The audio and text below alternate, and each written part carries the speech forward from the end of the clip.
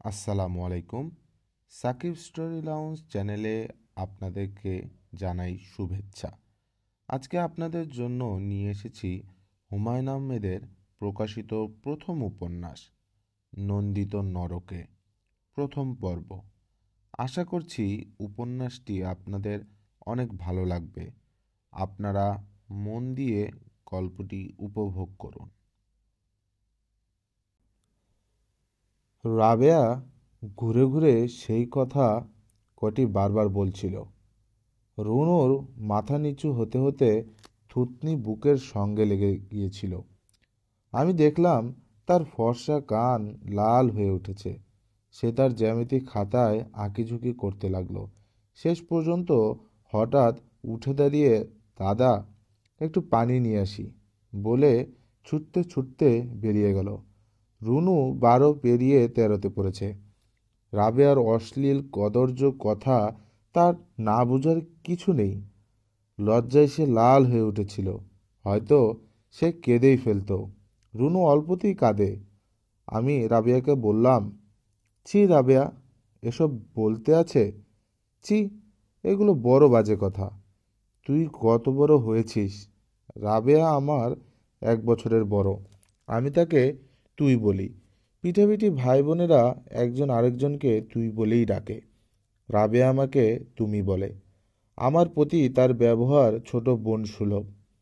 সে আমার কথা মন দিয়ে শুনল। কিছুক্ষণ ধরেই বালিশের গায়ে চাদর জড়িয়ে সে একটা পুতুল তৈরি করছিল। আমার কথায় তার ভাবান্তর হলো না। পুতুল তৈরি বন্ধ রেখে লম্বা হয়ে বিছানায় শুয়ে পড়ল। পা নাচাতে নাচাতে সেই নোংরা কথাগুলি আগের চেয়েও উঁচু গলায় বলল। আমি চুপ করে রইলাম। বাধা পেলেই রাবেয়ার রাগ বাড়বে। গলার স্বর উঁচু পর্দায় উঠতে থাকবে।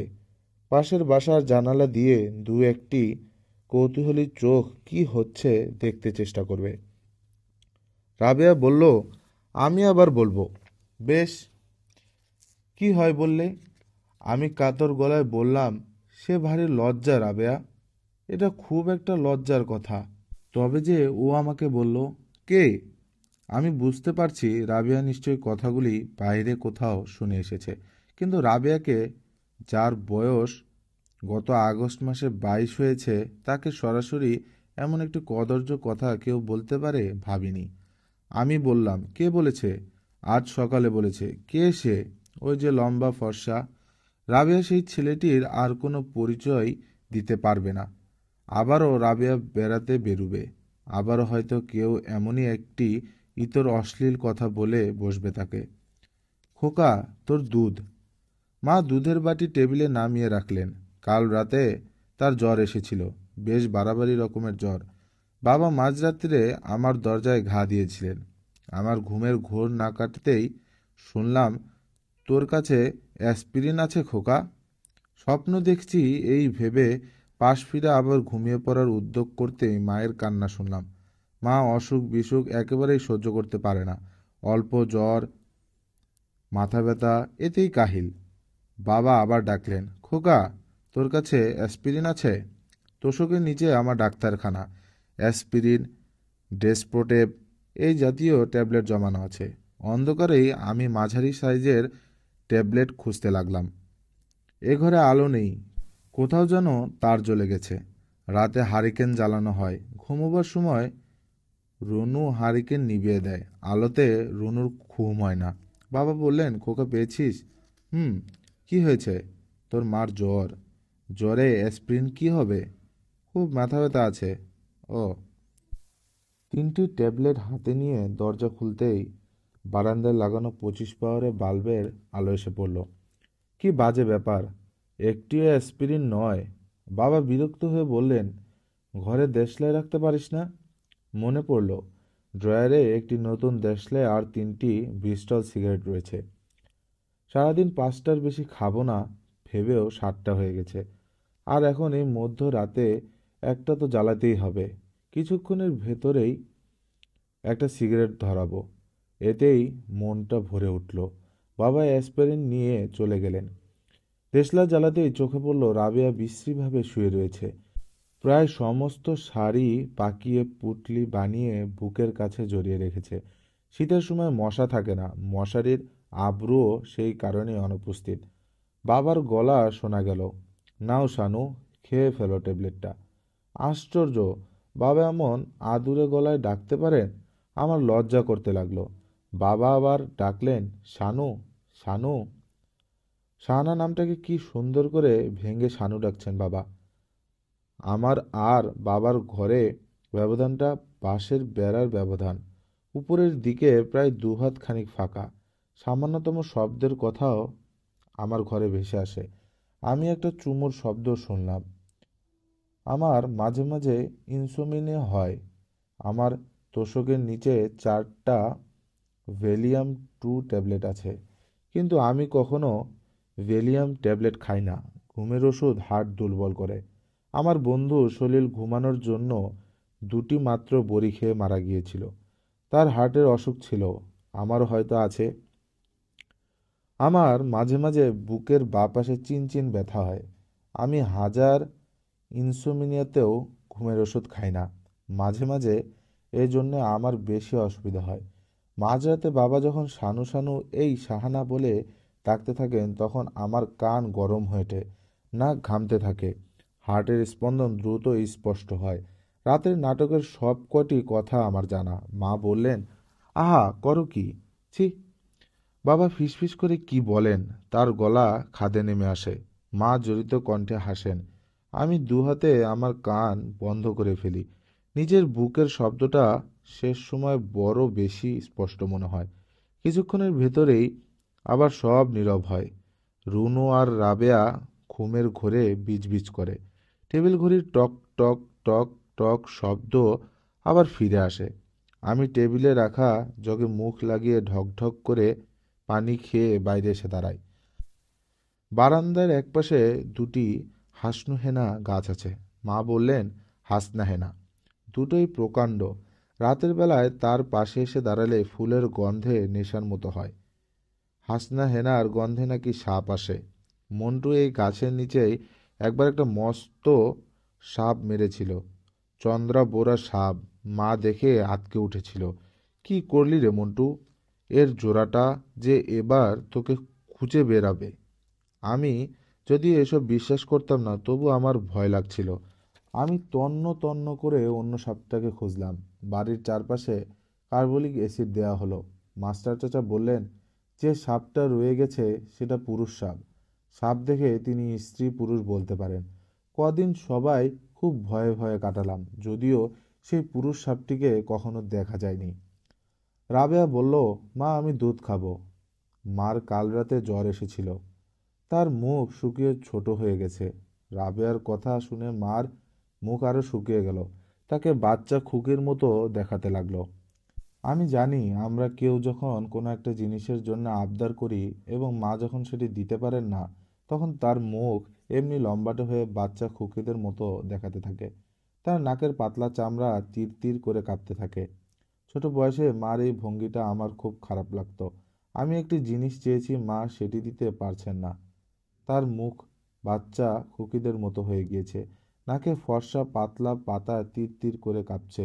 মায়ের এই ভঙ্গিটা আমার অপরাধীর ভঙ্গি বলে মনে হতো।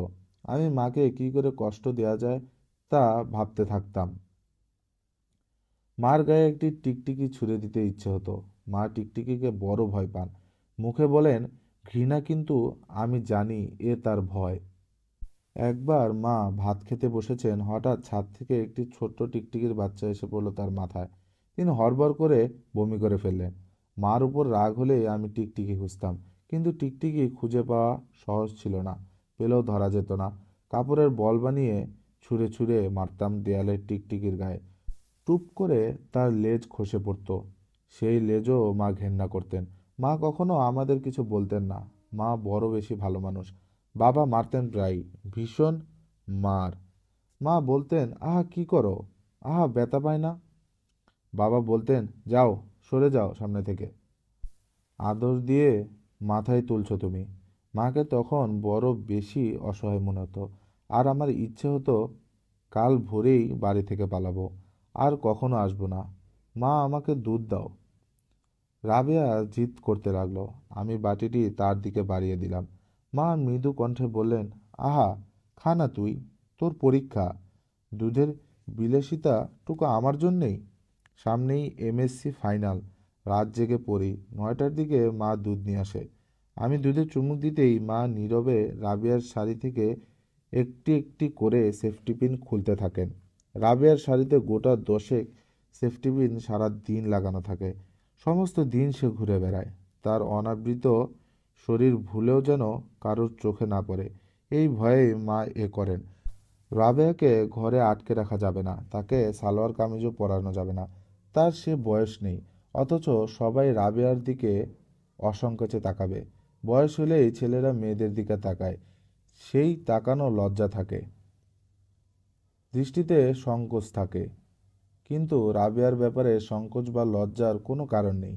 রাবেয়াকে যে কেউ অতি কুৎসিত কথা বললেও সে হাসি মুখে সে কথা শুনবে। বাড়ি এসে অনায়াসে সবাইকে বলে বেড়াবে। মা রাবেয়ার পাশে বসে রাবেয়ার মাথায় হাত রাখলেন। আমি একটি ছোট কিন্তু স্পষ্ট দীর্ঘ নিঃশ্বাস শব্দ শুনলাম। রাবেয়া ঢকঢক করে দুধ খাচ্ছে। রাবেয়া হয়তো ঠিক রূপসী নয়, কিংবা কে জানে হয়তো রূপসী। রং হালকা কালো, বড় বড় চোখ, স্বচ্ছ সুন্দর ঠোঁট, হাসলেই চিবুক আর গালে টোল পড়ে। যে সমস্ত মেয়ে হাসলে টোল পড়ে তারা কারণে অকারণে হাসে। তারা জানে হাসলে তাদের ভালো দেখায়। রাবেয়া তা জানে না, তবু সে হাসে, কারণে অকারণে হাসে। রাবেয়ার কপালে ঠিক মাঝখানে একটা কাটা দাগ আছে। ছোটবেলায় চৌকাঠে পড়ে গিয়েছিল। দুধ শেষ করে রাবেয়া বলল, বাজে দুধ, ছি। মা উঠে দাঁড়ালেন, বললেন, সুভাপুরের পীর সাহেবের কাছে যাবি একবার। সুভাপুরে এক পীর সাহেব থাকেন, পাগল ভালো করতে পারেন বলে খ্যাতি। সুভাপুর এখান থেকে 8 মাইল, সাইকেলে ঘন্টাখানেক লাগে। কিন্তু আমি জানি পীর ফকিরের কিছু হবে না, বড় ডাক্তার যদি কিছু করতে পারে। কিন্তু আমাদের পয়সা নেই। আমার ছোট হয়ে যাওয়া শার্ট মন্টু পরে। আমরা কাপড় কিনি বছরে একবার, রোজার ঈদে। রুনু আসলো একটু পরেই, আর চোখে 2-3 বার তাকালো রাবিয়ার দিকে। না, রাবিয়া সেই কুৎসিত কথাগুলি আর বলছে না। রুনু হাই তুলল, তার ঘুম পাচ্ছে, চোখ ফুলে উঠছে। রাবিয়ার নোংরা কথা শুনে রুনুর কেমন লেগেছিল কে জানে। রুনুর বয়স এখন 13, আগামী নভেম্বর 14তে পড়বে। রুনুর বৃশ্চিক রাশি। আমার যখন এমন বয়স ছিল তখন এ ধরনের কথা শুনে বেশ লাগতো। সেই বয়সে মেয়েদের কথা ভাবতে আমার ভালো লাগতো। টগর ভাইয়ের বাসায় সন্ধ্যাবেলা অঙ্ক বুঝতে যেতাম। নীলু বলে তার একটা ছোট বোন ছিল। বড় হয়ে এই মেয়েটিকে বিয়ে করব ভেবে বেশ আনন্দ হতো আমার। নীলুর সঙ্গে কথা বলতেও লজ্জা লাগতো, কথা বেঁধে যেত মুখে। তখন অকারণে আমার কান লাল হয়ে উঠত, গলার কাছটায় ভার ভার লাগতো। রুনুরও কি কোনো ছেলেকে ভালো লাগে? রুনুও কি কখনো ভাবে বড় হয়ে আমি এই ছেলেটিকে বিয়ে করব? কে জানে, হয়তো ভাবে, হয়তো ভাবে না। রুনু বড় লক্ষ্মী মেয়ে, এত লক্ষ্মী আর এত কোমল যে আমার মাঝে মাঝে কষ্ট হয়। কেন জানি না, আমার মনে হয় এই ধরনের মেয়েরা সুখ পায় না জীবনে। আমি রুনুকে অনেক বড় করব। রুনু ডাক্তার হবে বড় হলে। স্টেথোস্কোপ গলায়, কালো ব্যাগে হাতে মেয়ে ডাক্তারদের বড় সুন্দর দেখায়। রুনু অঙ্ক ভালো পারে না। আমি তাকে নিজের পড়া বন্ধ রেখে অ্যালজেব্রা বোঝাই। ডাক্তারি পড়তে অবশ্যই অঙ্ক লাগে না। সেদিন রুনু অঙ্ক খাতা উল্টে চমকে গিয়েছিলাম। বেশ গোটা গোটা করে লেখা, আমি ভালোবাসি। পরের কথাগুলি পড়ে অবশ্যই আমি লজ্জাই পেলাম। সেটি একটি ছেলেমানুষি কবিতা। আমি পৃথিবীর এই সৌন্দর্য ভালোবাসি, গাছপালা, গান ভালোবাসি, এই জাতীয়। আমি বললাম, সুন্দর কবিতা হয়েছে রুনু। রুনু লজ্জায় গলদা চিংড়ির মতো লাল হয়ে বলল, যাও, ভারী দুষ্ট তো, এটা মোটেই ভালো করনি। আমি বললাম, তাহলে তো মনে হয় অনেক কবিতা লিখছিস। হুম হুম। রুনু মাথা নিচু করে হাসতে লাগলো। আমি বললাম, দেখ রুনু, লক্ষ্মী মেয়ে তুই। রুনু আরক্ত হয়ে উঠে গিয়ে আমার ট্রাঙ্ক খুলল। তার যাবতীয় গোপন সম্পত্তি আমার ট্রাঙ্কে থাকে। এই বয়সে কত তুচ্ছ জিনিস অন্যের চোখে আড়াল করে রাখতে হয়, কিন্তু রুনুর নিজস্ব কোনো বাক্স নেই। আমার ট্রাঙ্কের একপাশে তার 2টি বড় বড় 4 কোনা বিস্কুটের বাক্স থাকে, আর কিছু খাতাপত্রও থাকে দেখছি। রুনু হাতির ছবি আঁকা একটা 2 নম্বরি খাতা নিয়ে এসে লজ্জায় বেগুনি হয়ে গেল। আমি বললাম, তুই পড়ে শোনা আমাকে। না, তুমি পড়ো। দে তাহলে আমার হাতে। রুনু খাতাটা গুজে দিয়ে দৌড়ে পালালো। দেখলাম সব মিলিয়ে 12খানা কবিতা। 2টি মায়ের উপর, একটি পলার উপর। পলা আমাদের পোষা কুকুর। এক দুপুরে কোথায় যে চলে গেল, একটি মন্টুর সাপ মারা উপলক্ষে। মন্টু ভাই তো মারলেন মস্ত বড় সাপ, 4 হাত লম্বা। সেটি কি তার প্রতাপ? মনে মনে ভাবলাম রুনুকে একটি ভালো খাতা কিনে দেব। রুনু খাতা ভর্তি করে ফেলবে কবিতায়। রবীন্দ্রনাথের একটি গল্পে বাচ্চা মেয়ের একটি চরিত্র আছে। মেয়েটি লিখতে শিখে অবধি ঘরের দেয়াল, বইয়ের পাতা, মার হিসেবের খাতায় যা মনে আসতো তাই লিখে বেড়াতো। মেয়েটির দাদা তাকে একটি চমৎকার খাতা দিয়েছিল, যা তার জীবনে পরম সুখের সামগ্রী হয়েছিল। কিন্তু আমার হাতে টাকা ছিল না। তবু আমি মনস্থির করে ফেললাম রুনুকে একটা খুব ভালো খাতা কিনে দিব। আমার মনে পড়ল হাতিমার্কা যে খাতাটায় রুনু কবিতা লিখছে, রুনু সেটি আমার কাছ থেকেই চেয়ে নিয়েছিল। যেখানে আমার নাম ছিল সেটি কেটে রুনু বড় বড় করে নিজের নাম লিখেছে। দিনে ঘন্টা পড়েছি তার হিসাব রাখার জন্য খাতাটি কিনেছিলাম। সপ্তাহে 2-1 যাওয়ার পরও যখন কিছু লেখা হয়নি, তখন একদিন রুনু সংকুচিতভাবে আমার টেবিলের সামনে এসে দাঁড়ালো। সাপের মতো এঁকে বেঁকে বলল, দাদা, খাতাটা আমাকে দাও না। কোন খাতা? এইটে। যা নিয়ে যা। রুনু খাতা হাতে চলে গেল। তার মুখে সেদিন যে খুশির আভা দেখছি, আমি আবার তা দেখব। 3.5 টাকা দিয়ে প্লাস্টিকের সদৃশ্য কভারের চমৎকার একটি খাতা কিনে দেব তাকে।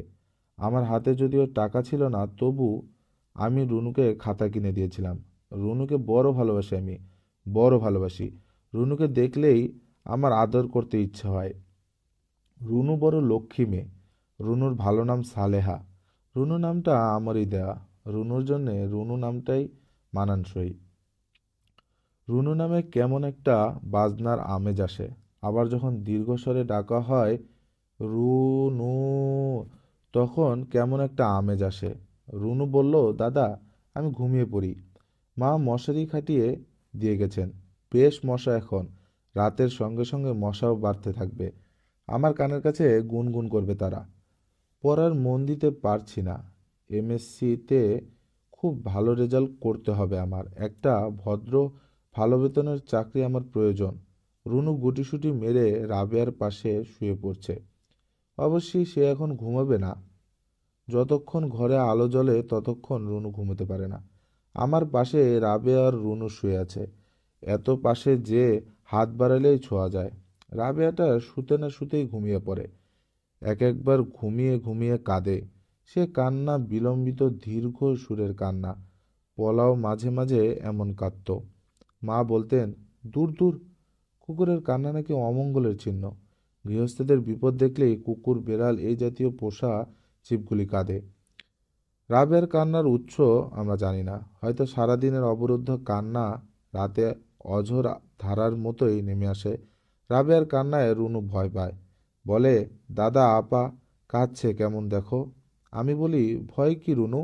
উঁচু গলায় ডাকি, এই, এই রাবেয়া, কাঁদো কেন? কি হয়েছে?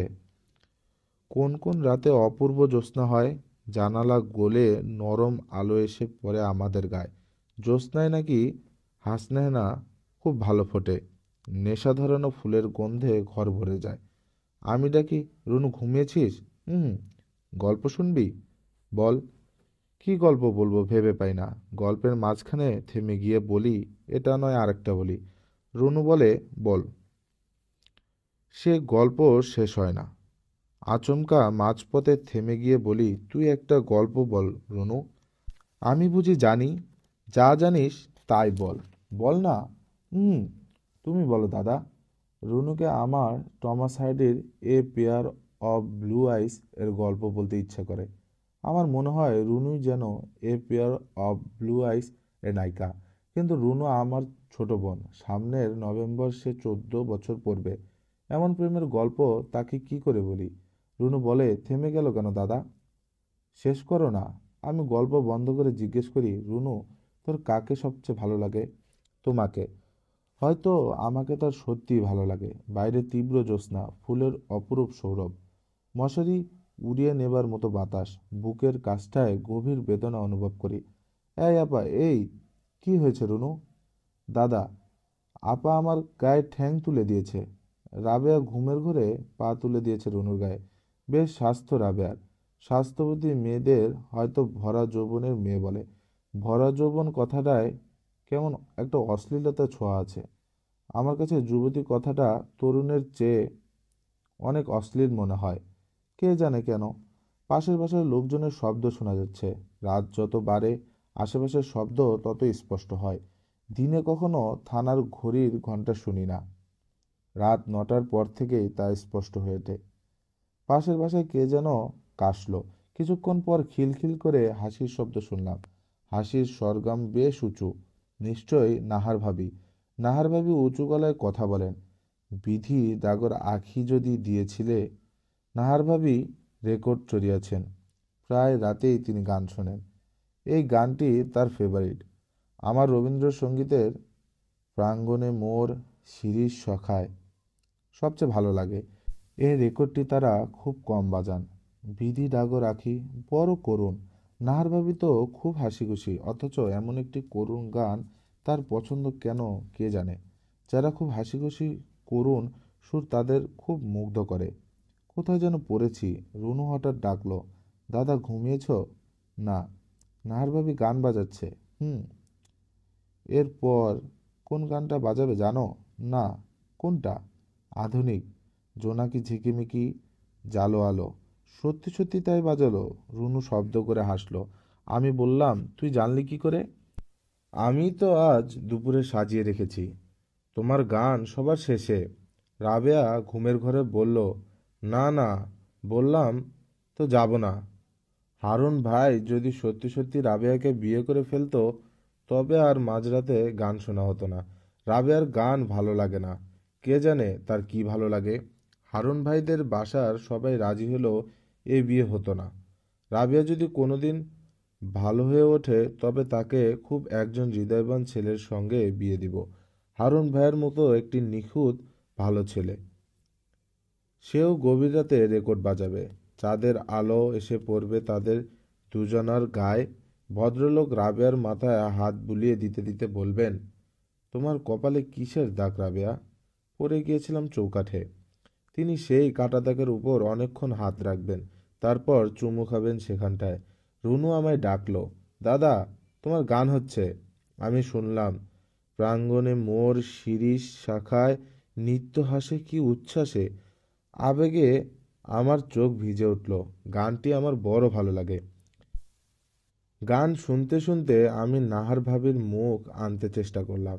মাঝে মাঝে খুব পরিচিত লোকদের মুখও আমি কিছুতেই মনে আনতে পারি না। নাহার ভাবির মুখটা ত্রিভুজাকৃতির। হারুন ভাইদের বাসার সবার মুখ আবার লম্বাটে, ডিমের মতো। তারা সবাই ভারী সুন্দর। কয় পুরুষ ধনী থাকলে চেহারায় একটা আলগা লালিত্য আসে কে জানে। ভাবতে ভালো লাগে, এই পরিবারটিতে কোনো দুঃখ নেই। মাসের 15 তারিখের পর থেকে খরচ বাড়ানোর আপ্রাণ চেষ্টা এ পরিবারে মায়ের করতে হয় না। ইচ্ছে হলেই ইংরেজি ছবির মতো মোটরে করে এরা আউটিংয়ে চলে যায়। স্বাধীনতা দিবসে এ পরিবারের মেয়েরা রাইফেল শুটিংয়ে ফার্স্ট সেকেন্ড হয়। তারা কবে এসেছিল শান্তি কটেজে আমার মনে নেই। তবে খুব বৃষ্টি সেদিন। আমি, রাবেয়া আর রুনু বারান্দায় দাঁড়িয়ে দাঁড়িয়ে দেখছিলাম। জিপ থেকে ভিজতে ভিজতে নামলো সবাই। প্রথমে রুনুর বয়সী একটি মেয়ে, নাম শিলা। বাবা আদর করে ডাকেন শিলুমা। মা শুধু বলেন শিলু। তারপর বড় ভাই। চোখে বুড়ো মানুষের চশমা হলো একবারে ছেলে মানুষের চেহারা। গাড়ি থেকে নেমেই চেঁচিয়ে উঠল, কি চমৎকার বাড়ি শিলু। বাবা নামলেন, মা নামলেন, চাকর বাকর নামলো। আজিজ সাহেবদের চলে যাওয়ার অনেক দিন পর বাড়িটা ভরল। বর্ষায় গিয়ে শীত আসলো। ব্যাডমিন্টন কোর্ট কেটে হৈ হৈ করে দুই বোন লাভ 11, লাভ 12 করে খেলতে লাগলো। রুনু বড় লাজুক, নয়তো সে গিয়ে তাদের সঙ্গে ভাব করতে পারত। আমার খুব ইচ্ছে হতো মেয়েটির সঙ্গে রুনুর ভাব হোক। আমি দেখতাম সন্ধ্যা হলেই শিলু তাদের বারান্দায় দাঁড়িয়ে হাত নেড়ে কবুতর উড়াতো। তাদের দুটি লোটন পায়রা ছিল। কারণে অকারণে যেত রাবেয়া, তাকে আমরা বাধা দিতাম না। বাধা পেলে রাবেয়ার মেজাজ বিগড়ে যেত। চিটাগাঙে বড় খালার ভাসুর মস্ত ডাক্তার, তিনি বলেছিলেন যা ইচ্ছা হয় তাই করতে দেবেন একে, দেখবেন যা অ্যাবনর্মালিটি আছে তা আপনি সেরে যাবে। আমাদের চিকিৎসা টাকা ছিল না, নিখোঁজ চার চিকিৎসা, তাই আমরা প্রাণপণ করতাম। একদিন মা কাঁদো কাঁদো হয়ে আমার টেবিলে একটি কি যেন নামিয়ে রাখলেন। দেখি চমৎকার একটি কলমদানি, ধবধবে সাদা দুটি পেঙ্গুইন পাখি কলমদানির দুপাশে দাঁড়িয়ে আছে। পেঙ্গুইন দুটোর মাঝামাঝি একটি বাচ্চা পেঙ্গুইন হা করে শূন্যে তাকিয়ে, সেই হা করা মুখেই কলম রাখার জায়গা। আমার এ জাতীয় জিনিসের দাম সম্বন্ধে কোনো অভিজ্ঞতা নেই, তবু মনে হলো এ অনেক দামি। মা কাপা গলায় বললেন, রাবেয়া এনেছে ও বাড়ি থেকে। আমার প্রথমে যা মনে হলো তা হলো রাবেয়া না বলেই এসেছে, কিন্তু রাবেয়া পনি ঘোড়ার মতো ঘাড় বাঁকিয়ে বলতে লাগলো, আমি আনিনি, ওরা আপনি দিয়েছে। মিথ্যে রাবেয়া বলে না, কিন্তু ওরাই বা কেন দেবে?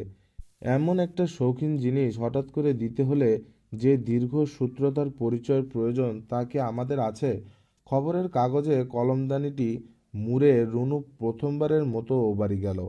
রাবেয়া নাকি সুরে বলতে লাগলো, আমার জিনিস রুনু যে বড় নিয়ে চলল, ভেঙ্গে ফেললে আমি মজা না দেখে ছাড়ব। জানা গেল রাবেয়া আনিনি, ওরাই দিয়েছে। না, ঠিক ওরা নয়, হারুন বলে যে ছেলেটি শিগগিরই বিদেশে যাবে, শুধু একটি পাসপোর্টের অপেক্ষা, সে দিয়েছে। শিলু আর তার মাও ঠিক জানতেন না ব্যাপারটা, তারাও একটু অবাক হয়েছেন। শিলুর সঙ্গে এই অল্প সময়েই খুব ভাব হয়ে গেল রুনুর। একটি লম্বাটে মিমি চকলেট আর বিভূতিভূষণের দৃষ্টিপ্রদীপ সে নিয়ে এসেছে। আমি বললাম, ওরা কেমন লোক রুনু? খুব ভালো। চকলেট পেয়ে গলে গেছিস না? যাও। শিলু কিন্তু সত্যি ভালো, জানো, শিলু মোটর চালাতে পারে। যাহ, এতটুকু বাচ্চা মেয়ে। সত্যি ওদের মোটর সারাতে দিয়েছে, যখন আসবে তখন সে দেখাবে চালিয়ে। আর কি গল্প হলো? কত গল্প, ওদের অনেক রেকর্ড আছে, অনেক। হুম, হিসেব নেই এত। আমাকে রোজ যেতে বলেছে। শুধু তুই যাবি, ও আসবে না? আসবে না কেন, নিশ্চয়ই আসবে। শিলু অবশ্যই এসেছে কালে ভদ্রে। যখন তার রুনুর সঙ্গে দরকার পড়তো তখনই জানালার পাশে দাঁড়িয়ে ডাকতো, রুনু, রুনু। রুনু সব কাজ ফেলে ছুটে যেত। আমি মনে মনে চাইতাম মেয়েটা ঘন ঘন আসুক আমাদের কাছে, তার সাথে গল্প করার ইচ্ছে হতো আমার। আমি মনে মনে ঠিক করে রেখেছিলাম তার সঙ্গে যদি আলাপ হয় তবে কি বলবো। দু রাতে তাকে স্বপ্ন দেখেছি। একটি স্বপ্ন সে শাড়ি পরে এসে খুব পরিচিত ভঙ্গিতে বসেছে আমার টেবিলে। আমি বললাম, টেবিলে কেন শিলু, চেয়ারে বস। শিলু হাসতে হাসতে বলল, টেবিলে বসতেই যে আমার ভালো লাগে। হাতে একটা চামচ নিয়ে টুংটাং করে চায়ের কাপে জলতরঙ্গের মতো একটা বাজনা বাজাতে লাগলো সে। দ্বিতীয় স্বপ্নটি দেখেছি দিনে দুপুরে। অনুরোধের আসর শুনতে শুনতে ঘুমিয়ে পড়েছি। হঠাৎ দেখলাম শিলু আসলো, আগের মতোই শাড়ি পরা। আমি বলছি, শিলু, এত দেরি কেন? কি চমৎকার গান হচ্ছিল। আমার নাম তো শিলা, আপনি শিলু ডাকেন কেন? শিলুর সঙ্গে আমার কথা হতো এই ধরনের। হয়তো বিকেলে বারান্দায় বসে আছি, হঠাৎ শিলু ডাকলো, শুনুন, একটু রুনুকে ডেকে দিবেন। বাবা পেঙ্গুইন পাখির কলমদানি দেখে খুব রাগ করলেন। বাবার পয়সা ছিল না বলে হয়তো অহংকার ছিল। শিলুদের পরিবারকে তার একটুও পছন্দ হতো না। নিজে আজীবন কষ্ট পেয়েছেন, অন্যের সুখ সে কারণে সহজভাবে নেয়ার মানসিকতা তার ছিল না।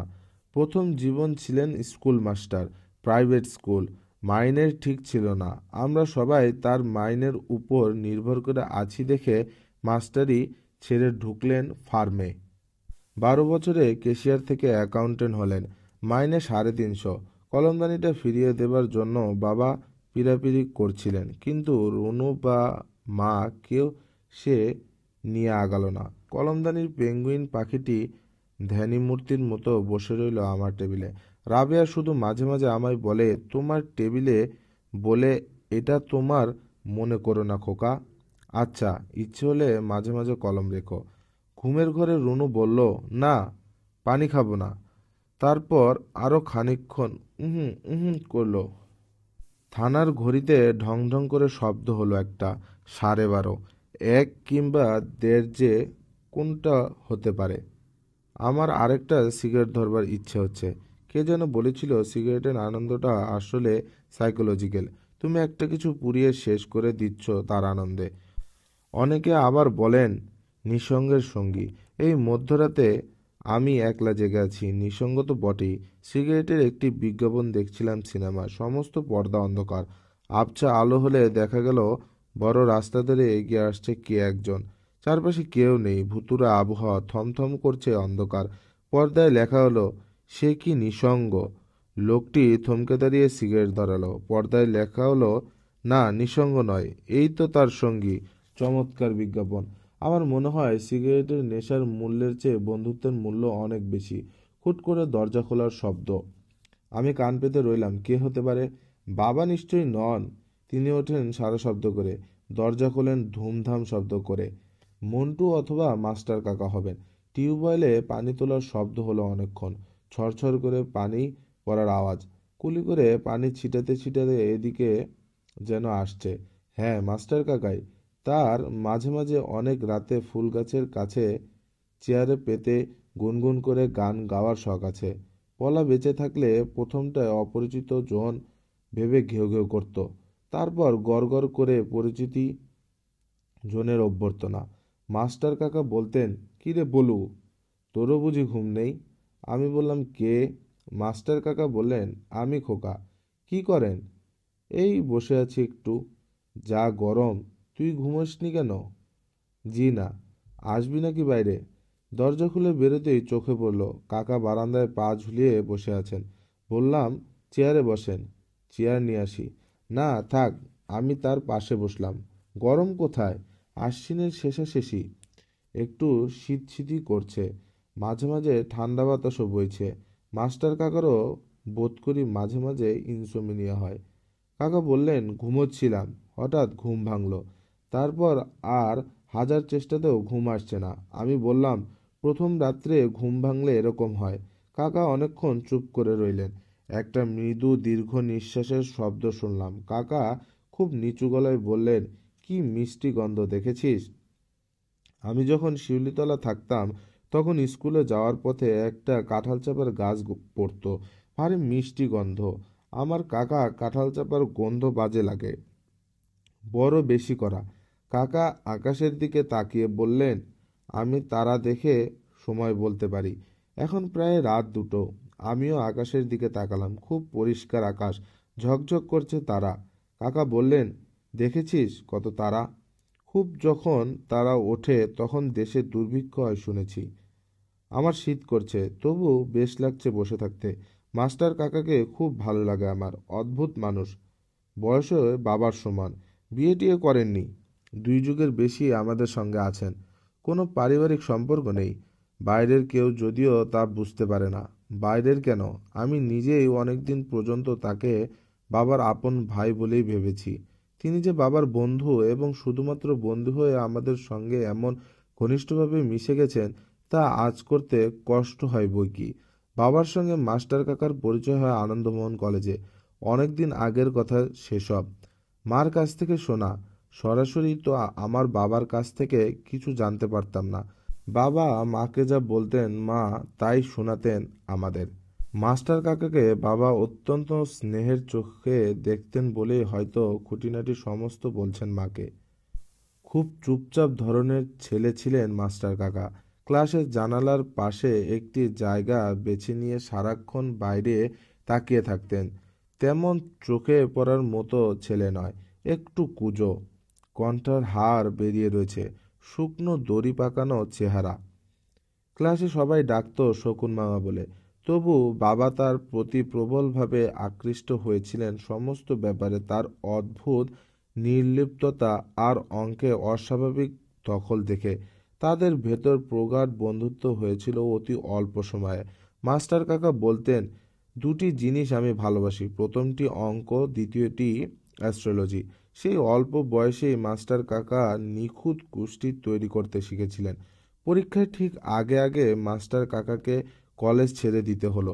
তিনি একটি বিশেষ ধরনের ঝামেলা জড়িয়ে পড়েছিলেন।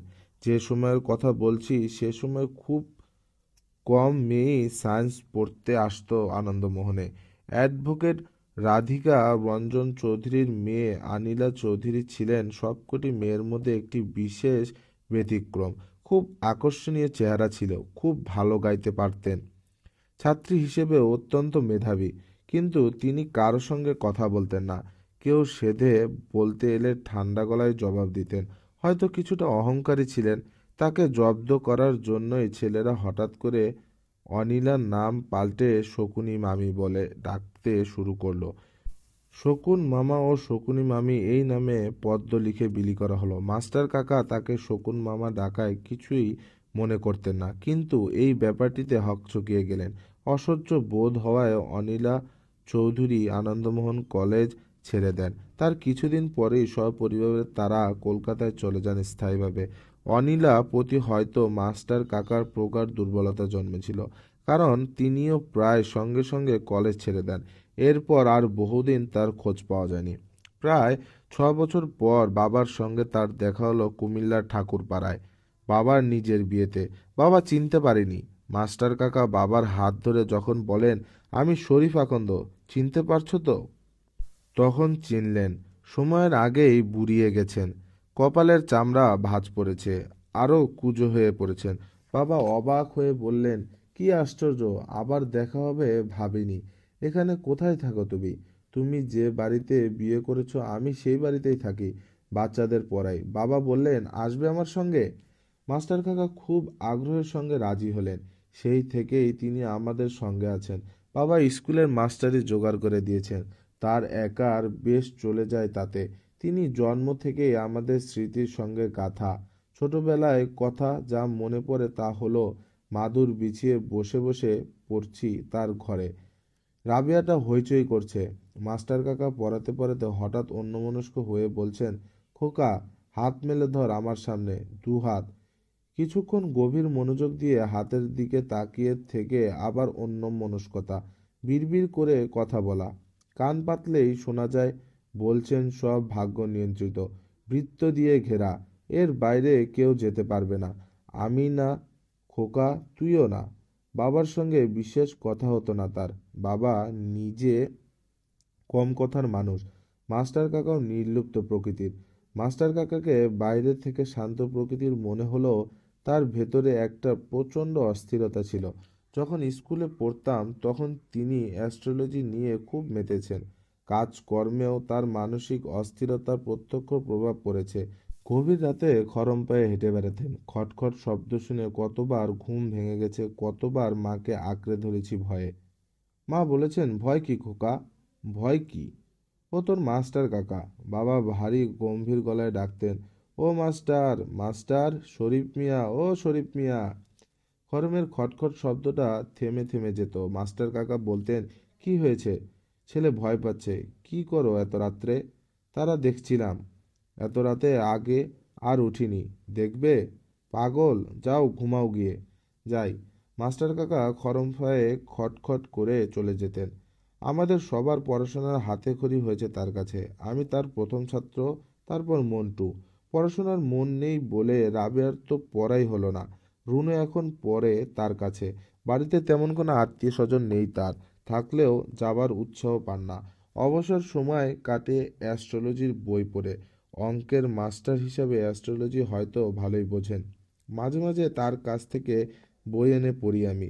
বিশ্বাস হয়তো করি না, কিন্তু পড়তে ভালো লাগে। আমি জেনেছি মীন রাশিতে আমার জন্ম। মীন রাশির লোক দার্শনিক আর ভাগ্যবান হয়। তাদের জীবন চমৎকার, অভিজ্ঞতার জীবন, প্রচুর সুখ, সম্পদ, বৈভব, বেশ লাগে ভাবতে। কাকা আকাশের দিকে তাকিয়ে বললেন, ওই যে সপ্তর্ষি মণ্ডল দেখছো না, ওর ডান দিকের ছোট্ট তারাটি হলো কেতু, বড় মারাত্মক গ্রহ। আমার জন্মলগ্নে কেতুর দশা ছিল। জানি না, হয়তো জন্মলগ্নে কেতুর দশা থাকলেই আজীবন নিঃসঙ্গ কাটাতে হয়। গভীর রাতে অনিদ্রাতপ্ত চোখে আকাশের দিকে তাকিয়ে ভাগ্য নিয়ন্তা গ্রহগুলি পরখ করতে হয়। কাকাকে আমার ভালো লাগে। তার ভিতরে প্রচণ্ড জানবার আগ্রহটাকে আমি শ্রদ্ধা করি। সামান্য বেতনের সবটা দিয়ে অ্যাস্ট্রোলজির বই কিনে আনেন। দেশ বিদেশের কথা পড়েন, মাঝে মাঝে বেড়াতে যান অপরিচিতি সব জায়গায়। কোথায় কোন জঙ্গলে পড়ে আছে ভাঙা মন্দির একটি, কোথায় বাদশাহ বাবরের আমলে তৈরি গেটের ধ্বংসাবশেষ। সামান্য স্কুল মাস্টারের পড়াশোনার গণ্ডি আর উৎসাহ এত বহুমুখী হতে পারে তা কল্পনাও করা যায় না। তিনি মানুষ হিসেবে তত মিশুক নন, নিজেকে আড়াল করার চেষ্টাটা বাড়াবাড়ি রকমের।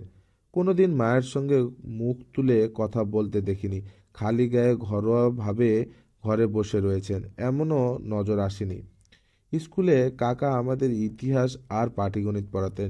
ইতিহাস আমার একটুও ভালো লাগতো না। নিজের নাম হুমায়ুন বলেই বাদশাহ হুমায়ুনের প্রতি আমার বাড়াবাড়ি রকমের দরদ ছিল, অথচ আমাদের ইতিহাস বইয়ে ফলাও করে শেরশাহের সঙ্গে তার পরাজয়ের কথা লেখা। শেরশাহ আবার এমনই লোক যে গ্র্যান্ডটা রোড করিয়েছে, ঘোড়ার পিঠে ডাক চালু করিয়েছে, কিন্তু এত করেও ক্লাস 7-এর একটি বাচ্চা ছেলের মন জয় করতে পারেনি। পরীক্ষার খাতায় তার জীবনী লিখতে গিয়ে আমার বড় রকমের গ্লানি বোধ হতো। সেই থেকেই সমস্ত ইতিহাসের ওপরই আমি বিরক্ত হয়ে উঠেছিলাম। কাকা তো জানতেন। একদিন আমায় বললেন, খোকা, তোর প্রিয় বাদশাহ হুমায়ুনের কথা বলবো তোকে, বিকেলে ঘরে আসিস। সেই দিনটি আমার খুব মনে আছে। কাকা আধশোয়া হয়ে তার বিছানায়, আমি পাশে বসে, রুনু আর মন্টু সেই ঘরে বসে বসে লুডো খেলছে। কাকা বলে চলছেন হুমায়ুন সম্পর্কে কে একজন ছোট্ট একটি বই লিখেছিলে হুমায়ুন নামা। বইটিতে হুমায়ুনকে তিনি বলেছেন দুর্ভাগ্যের অসহায় বাদশা।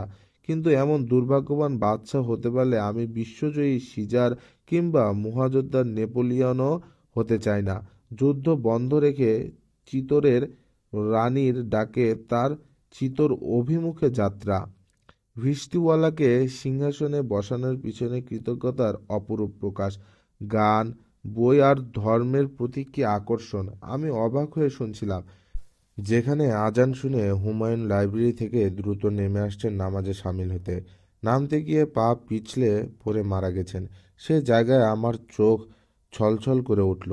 কাকা বললেন, বড় হৃদয়বান বাদশা, আর আমাকে বাদশা বানানোর কৃতিত্বটা কাকা একার। আজ এই আশ্বিনের মধ্যরাত্রি কাকা বসে আছেন ঠান্ডা মেঝেতে। অল্প অল্প শীতের বাতাস বইছে, জ্যোৎস্না ফিকে হয়ে আসছে। এখনই হয়তো চাঁদ ডুবে চারদিকে অন্ধকার হবে। আমার সেই পুরনো কথা মনে পড়ল। আমি ডাকলাম, কাকা, কাকা। কি? অনেক রাত হয়েছে, ঘুমোতে যান। যাই। কাকা মন্তর পায়ে চলে গেলেন। আমি এসে শুয়ে পড়লাম। রাবেয়া ঘুমের মধ্যেই চেঁচালো, আম্মি, আম্মি। আমার মনে পড়ল রাবেয়া একদিন হারিয়ে গিয়েছিল। চৈত্র মাস, দারুণ গরম। কলেজ থেকে এসে শুনি রাবেয়া নেই। তার যাবার জায়গা সীমিত, অল্প কয়েকটি ঘরবাড়িতে ঘুরে বেড়ায় সে। দুপুরের খাবারের আগে আসে, খেয়ে দিয়ে অল্প কিছুক্ষণের ঘুম, তারপর আবার বেরিয়ে পড়া। সেদিন সন্ধ্যা উতরেছে, রাবেয়া আসেনি। মার কান্না প্রায় বিলাপে পৌঁছেছে। মন্টু দুপুর থেকেই খুঁজছে। বাবা হতবুদ্ধি। একটা অপ্রকৃতিস্থ সুন্দরী যুবতী মেয়ের হারিয়ে যাওয়াটা অনেক কারণেই বেদনাদায়ক। আমি কি করব ভেবে পাচ্ছিলাম না। তাকে কি আবার ফিরে পাওয়া যাবে? রুনু চুপচাপ শুয়ে আছে তার বিছানায়। তার দুঃখ প্রকাশের ভঙ্গিটা বড় নীরব। এলোমেলো হয়ে পড়ে থাকা রুনুর ছোট শরীরটা একটা অসহায়তারই প্রতীক। আমায় দেখে রুনু উঠে বসল, বলল, কি হবে দাদা? তার চোখের কোণে 24 ঘন্টাতেই কালি পড়েছে। আমি বললাম, পাওয়া যাবে রুনু, ভয় কি? কিন্তু ও যে ঠিকানা জানে না। কেউ যদি ওকে খুঁজে পায়, ও কি কিছু বলতে পারবে? সে কিছুই বলতে পারবে না। তার বড় বড় চোখে সে হয়তো অসহায়ের মতো তাকাবে। মেলায় হারিয়ে যাওয়া ছোট খুকির মতো শুধুই বলবে, আমি বাড়ি যাব, আমি বাড়ি যাব। সে বাড়ি যে কোথায় তা তার জানা নেই। রুনু আবার বলল, দাদা, ও যদি কোনো বাজে লোকের হাতে পড়ে? রুনু বুঝতে শিখেছে, মেয়েদের মানসিক প্রস্তুতি শুরু হয় ছেলেদেরও আগে। তারা তাদের কচি চোখেও পৃথিবীর নোংরামি দেখতে পায়। সে নোংরামির বড় শিকার তারাই। তাই প্রকৃতি তাদের কাছে অন্ধকারের খবর পাঠায় অনেক আগেই। রাবেয়া ফিরে এলো রাত 8টায়, সঙ্গে মাস্টার কাকা। বুকের ওপর চেপে বসা দুশ্চিন্তা নিমিষেই দূর হলো। মাস্টার কাকা বললেন, ওকে আমি স্কুলের কাছে পাই। হারিয়ে গেছে আমি জানতাম না। এসব শোনার উৎসাহ আমার ছিল না, পাওয়া গেছে এই যথেষ্ট। স্কুল ঘরের কাছে দাঁড়িয়ে দাঁড়িয়ে কাঁদছিল। মাস্টার কাকাকে দেখে দৌড়ে রাস্তা পার হলো, আরেকটু হলেই গাড়ি চাপা পড়তো। এসবে এখন আর আমাদের উৎসাহ নেই। বাবা পরপর দুদিন রোজা রাখলেন। খোকা, ও খোকা, কি? বাতি জ্বালো। কেন? আমার বাথরুম পেয়েছে। রাবেয়া মশারির ভেতর থেকে বেরিয়ে এলো। আমি বললাম, বাতি জ্বালাতে হবে না, আয়, বারান্দায় আলো আছে। না, জ্বালো। দেশলাই খুঁজে হারিকেন জ্বালালাম। দরজা খুলতেই ও ঘর থেকে মা বললেন, কে? শেষ রাতের দিকে মায়ের ঘুম পাতলা হয়ে আসে। আমরা, মা। রাবেয়া বাথরুমে যাবে। বারান্দায় এসে রাবেয়া হাই তুলল, বড় বড় নিঃশ্বাস নিয়ে বলল, কি চনমনে গন্ধ ফুলের, না? হুম। ফুলের গন্ধ তোর ভালো লাগে রাবেয়া? না, বাজে। বাথরুমের দিকে যেতে যেতে বলল, পলা কবে আসবে খোকা? পলার সঙ্গে তার কোথায় যেন একটা যোগসূত্র আছে। মাঝে মাঝেই পলার কথা জানতে চায়। কে জানে কুকুরটা যে কিসের দুঃখে বিরাগী হলো। আজ রাতেও এক ফোঁটা ঘুমাবে না। 2 মাস পরেই পরীক্ষা। এক রাত্রি ঘুম না হলে পরপর 2 দিন পড়া হয় না। বুঝতে পারছি কোন ফাঁকে মশা ঢুকেছে কয়েকটা। কেবলই গুনগুন করছে কানের কাছে। কান অথবা মুখের নরম মাংস থেকে এক ঢোক করে রক্ত না খাওয়া পর্যন্ত এ চলতেই থাকবে। পাখা করে মশা তাড়াবার ইচ্ছা হচ্ছে না। বালিশে মাথা গুজে ঘুমের জন্যে প্রাণপণে আমার সমস্ত ভাবনা গুলিয়ে ফেলতে চাইলাম। হঠাৎ করে অনেকটা আলো এসে পড়ল। শিলুদের বারান্দায় 100 ওয়াটের বাল্বটা জ্বালিয়েছে কেউ। কে হতে পারে? শিলুর বাবা? না, নাহার ভাবি। শিলু কিংবা তার মাও হতে পারে। শিলুর মা চমৎকার মহিলা, একবার এসেছিলেন আমাদের ঘরে। শিলুর মা, যিনি সন্ধ্যায় লোনে বসে শিলুর বাবার সঙ্গে হেসে হেসে চা খান। বিকেলে প্রায়ই হারুন ভাই এর পার্টনার হয়ে হাঁপাতে হাঁপাতে ব্যাডমিন্টন খেলেন, যার একটি গাঢ় সবুজ গাড়ি আছে, যেটি পড়লে তার বয়স 10 বছর কম মনে হয়। তিনি একদিন এসেছিলেন আমাদের বাসায়। সেদিন শুক্রবার, রুনুর স্কুল বন্ধ ছিল, বাবা ছিলেন অফিসে। শিলুর মা লাল বুটি দেওয়া হালকা নীল শাড়ি পরেছিলেন। সোনালি ফ্রেমের চশমায় তাকে কলেজের মেয়ে প্রফেসরের মতো দেখাচ্ছিল। আমার মা ব্যস্ত হয়ে পড়েছিলেন, কি করে যত্ন করবেন ভেবে পাচ্ছিলেন না। আর শিলুর মা, তিনি মূর্তির মতো অনেকক্ষণ বসে থেকে একটা অদ্ভুত কথা বলেছিলেন। আমরাও অবাক হয়ে তাকিয়েছিলাম তার দিকে। তিনি থেমে থেমে প্রতিটি শব্দে জোর দিয়ে বলেছিলেন, হারুনের মাথা খারাপ হয়ে গেছে, আপনার মেয়ে রাবেয়াকে বিয়ে করতে চায়। আমরা সবাই চুপ করে রইলাম। তিনি বলে চললেন, আপনার মেয়েকে পাঠাবেন না ওখানে।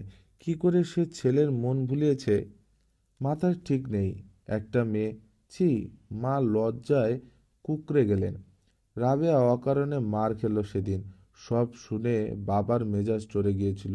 কেন সে যাবে হ্যাংলার মতো? রাগলে বাবার মাথা ঠিক থাকে না। বয়স্ক আধপাগলা একটা মেয়েকে তিনি উন্মাদের মতোই মারলেন। রাবেয়া শুধু বলছিল, আমি আর করব না। মারছ কেন? বললাম আর করব না। কি জন্যে মার খাচ্ছিল তা সে নিশ্চয়ই বুঝছিল না। বারবার তাকাচ্ছিল আমাদের দিকে। মা নিঃশব্দে কাঁদছিলেন। তার আশ্চর্য কান্না শুনে প্রথমবারের মতো হারুন ভাই আসলেন আমাদের বাসায়। বারান্দায় দাঁড়িয়ে দাঁড়িয়ে তিনি অল্প অল্প কাঁপছিলেন। তার চোখ লাল। তিনি থেমে থেমে বললেন, ওকে মারছেন কেন? বাবা তাকালেন হারুন ভাইয়ের দিকে। আমিও ভীষণ বিরক্ত হচ্ছিলাম। হঠাৎ তার আমাদের এখানে আসা আমাদের ঠাট্টা করার মতোই মনে হলো। রাবেয়া বলল, দেখুন না, আমাকে মারছে শুধু শুধু। হারুন ভাইয়ের ফ্যাকাশে মুখে আমি স্পষ্ট গভীর বেদনার ছায়া দেখছিলাম।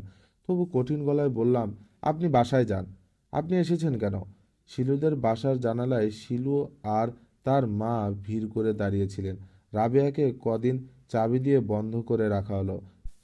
তার দরকার ছিল না। হারুন ভাইয়ের বিয়ে হলো নাহার ভাবির সঙ্গে। তার খালাতো বোন হোম ইকোনমিক্স বিয়ে পড়াতেন। হারুন ভাই জার্মানি চলে গেলেন কেমিক্যাল ইঞ্জিনিয়ারিংয়ের ডিগ্রি নিতে। আগেই সব ঠিক হয়েছিল। নাহার ভাবি সমস্তই জেনেছিলেন।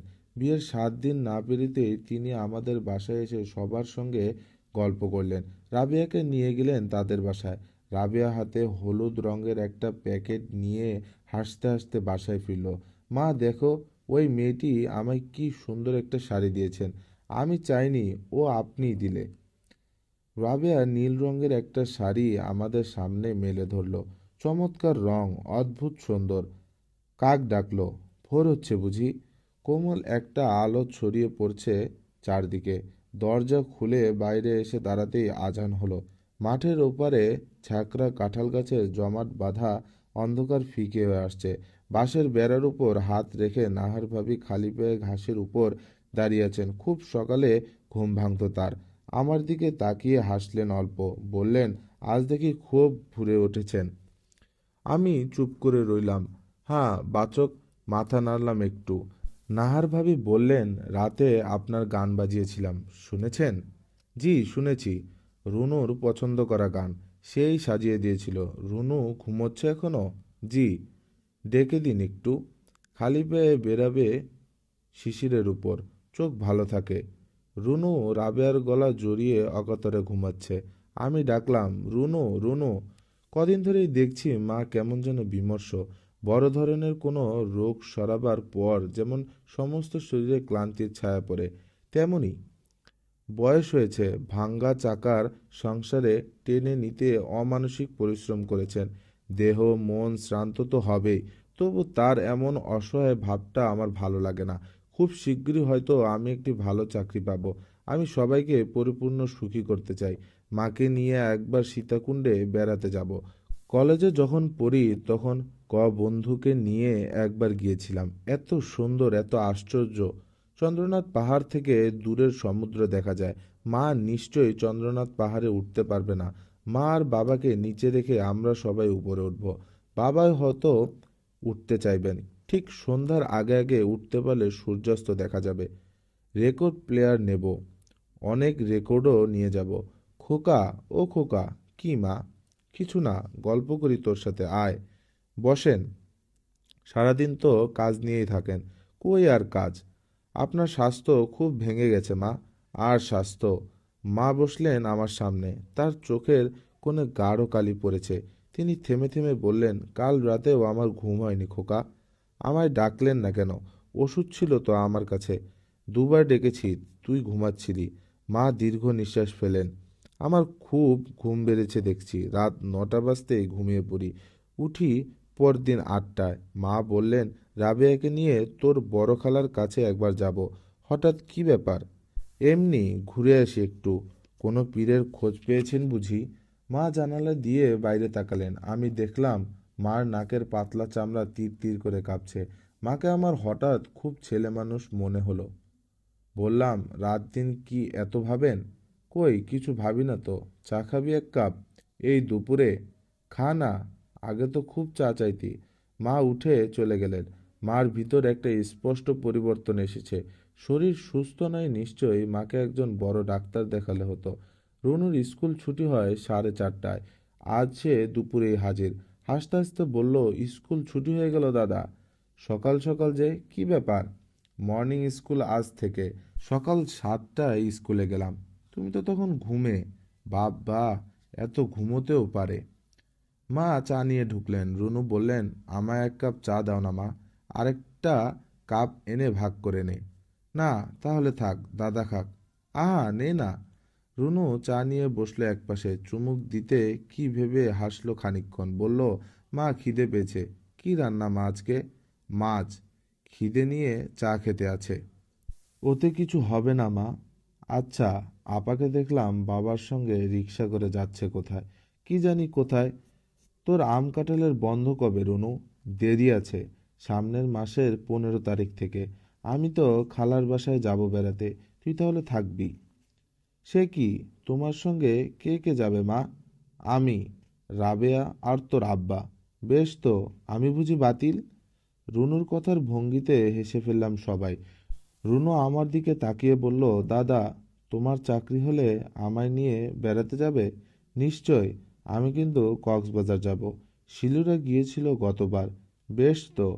আর যেদিন প্রথম বেতন পাবে সেদিন? সেদিন কি রুনু? সেদিন আমাকে 10 টাকা দিতে হবে। দেবে তো? হ্যাঁ, কি করবি এখন বলবো না। রুনু লম্বা হয়েছে একটু, চোখের তারাও যেন, মনে হয় আরও গভীর কালো। চাঞ্চল্য এসেছে একটু। সেদিন দেখলাম অনেকক্ষণ ধরেই আয়নার সামনে দাঁড়িয়ে চুল আঁচড়ালো। সে কি বুঝতে পারছে তার চোখের পাতায়, তার হলুদ গালে বরফি কাটা মসৃণ চিবুকে রূপের বন্যা নামছে?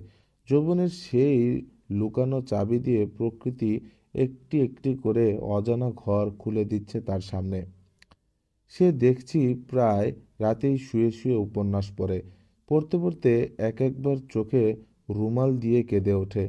আমি বলি, কি হয়েছে রুনু? কই, কিছু তো হয়নি। কাঁদছিস কেন? কাঁদছি না তো। কি বই পড়ছিলি দেখি? রুনু উঁচু করে বই দেখায়। কেঁদে ভাসবার মতো কিছু নয়। জীবনে একটি সময় আসে যখন তীব্র অনুভূতিতে সমস্ত আচ্ছন্ন হয়ে থাকে। প্রথম বেতন পেলে রুনুকে একটা চমৎকার শাড়ি কিনে দেব আমি। সবুজ জমিনের উপর সাদা ফুলের নকশা, রোল নাম্বার 13 পরত দেখতাম। অনেকদিন পর শিলুকে দেখলাম। সবাই মিলে চাটগাঁয় গিয়েছিল বেড়াতে। বেশ কিছুদিন পর ফিরল। এতদিন শান্তি কটেজকে কি বিষণ্ণ না লাগছিল। দেখতাম সন্ধ্যা হতেই শান্তি কটেজের বুড়ো দারোয়ান বারান্দায় বাতি জ্বালিয়ে একা একা বসে আছে চুপচাপ। খালি বাড়ি পেয়ে পাড়ার ছেলেমেয়েরা লুকোচুরি খেলতে হাজির হচ্ছে সকাল বিকেল। ফুল গাছ নষ্ট করো না গো, ও লক্ষ্মী ছেলেমেয়েরা। প্রতিবাদের সুরও যেন খালি বাড়ির মতোই বিষণ্ণ। মাঝে মাঝেই ঝড়ের মতো হাজির হতো রাবেয়া। গেটের বাইরে থেকে তীক্ষ্ণ স্বরে চেঁচাতো, এই দারোয়ান, এই, এই বুড়ো। কি খুকি আপা, এরা কোথায় গেছে? বেড়াতে। কেন বেড়াতে গেল? দারোয়ান হাসতো কথা শুনে। আশ্বাসের ভঙ্গিতে বলতো, আবার আসবে আপামনি। কবে আসবে? কাল। 16 তারিখ আসবে। না, কালকেই আসতে হবে। তুমি ওদের আনতে যাবে স্টেশনে? জি আপামনি। আমিও সঙ্গে যাব। আচ্ছা, তুমি নিয়ে যাবে তো আমাকে? জি, আপনাকে নিয়ে যাব। ঠিক যাব আপামনি। পেয়ারা পেরে দাও তো আমাকে। লম্বা আকশি নিয়ে খুশি মনে পেয়ারা খুঁজে বুড়ো। গ্যারেজের উপর ঝুঁকে পড়া গাছে ঝেঁপে পেয়ারা হয়েছে। খালি বাড়িটার দিকে তাকিয়ে আমিও রাবেয়ার মতো আগ্রহ নিয়ে অপেক্ষা করছিলাম কবে আসবে শিলু, যাকে আমি করুণা বলে নিজের মনেই ডাকি।